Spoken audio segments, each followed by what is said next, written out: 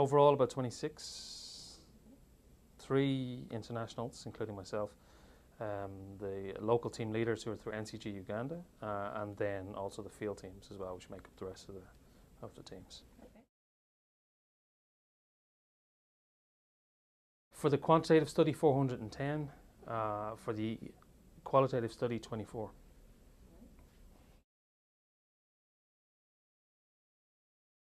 It had to be adapted. It was useful, but it required a lot of work to get it set up culturally or socially for the Ugandan context, and also just to tweak the methodology or the kind of data capture side of it to fit what our quantitative people wanted to allow us to get the data properly and process it. But mainly it was changing cultural specificities and adding in a section on migration, shifting, and so forth. The first report is the report on community dynamics. That's a beneficiary survey. That is a reintegration study of the drivers of reintegration. That's a qualitative study. There's the final evaluation of the UgDRP, and then there's a short study on implementing partners, which looked at civil society but also at the community focal persons that largely ex-combatants that help facilitate the work of the Commission in the communities in Uganda.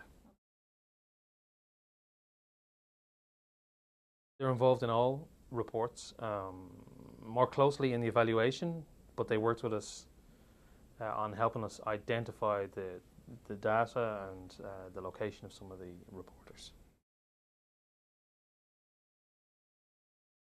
The 2 key dynamics that jump out for young women who have come back from being with the LRA or whatever group it was, whether it's the West Nile Bank Front, is firstly how well they had been sensitized and trained in vocational training, but there are issues around that because they're not always applicable in the market, the local market. But also for the individuals, the studies in the qualitative study, just the level of stigmatization and exclusion that some of those women and their children were experiencing.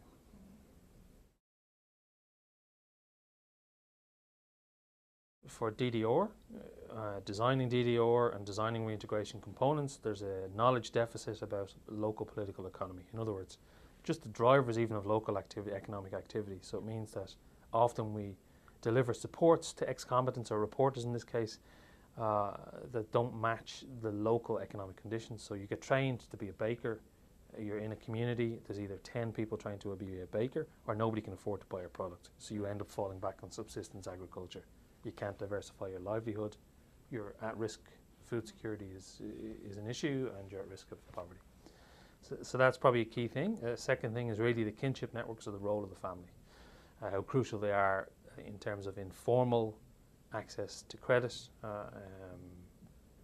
and just facilitating nearly all the various aspects of your social and economic reintegration as a returned rebel ex-combatant.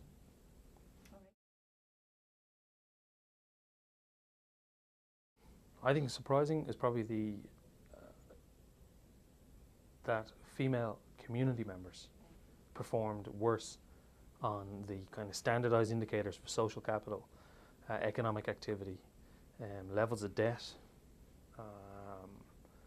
and just the negative aspect, the normal indicators that we'd use to look at economic standing and economic status and social reintegration.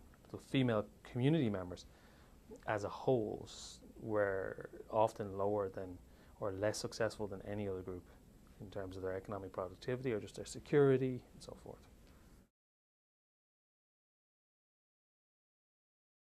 I do think that the issue of political economy is not just a DDR issue, it's also across fragile and conflict affected states and how the bank and other donors work, the degree to which they have local knowledge. It's a very, very complex issue, but it's a challenge.